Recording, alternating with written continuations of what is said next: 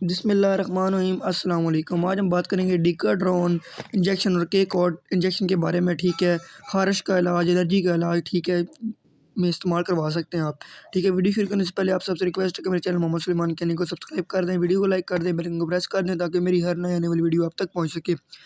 के कॉड ठीक है इंजेक्शन और डिकाड्रोन इंजेक्शन ठीक है, ये दोनों ख़ारिश के इलाज में इस्तेमाल करवा सकते हैं आप। ठीक है, इनके नुकसानात भी मौजू में बहुत हैं, लेकिन ख़ारिश से छुटकारे के लिए आप इस्तेमाल करवा सकते हैं। जहाँ तक के कॉट क्या नाम है, इसकी प्राइस की तरफ बात की जाए, ठीक है, इसकी प्राइस है 196, मतलब 196 रुपीज़, जो कि आपको और हर मेडिकल स्टोर से मिल जाएगी। अगर आपको बहुत ज़्यादा ख़ारिश और जल्द में मतलब दाने निकल रहे हैं, ख़ारिश हो रही है, तो उससे आप इससे इस्तेमाल करवा सकते हैं। ये आपको फ़ौरी आराम दे देगा। पहला मतलब आज आपने इंजेक्शन लिया, 5 इंजेक्शन लेंगे तो इंशाल्लाह आपको आराम आ जाएगा।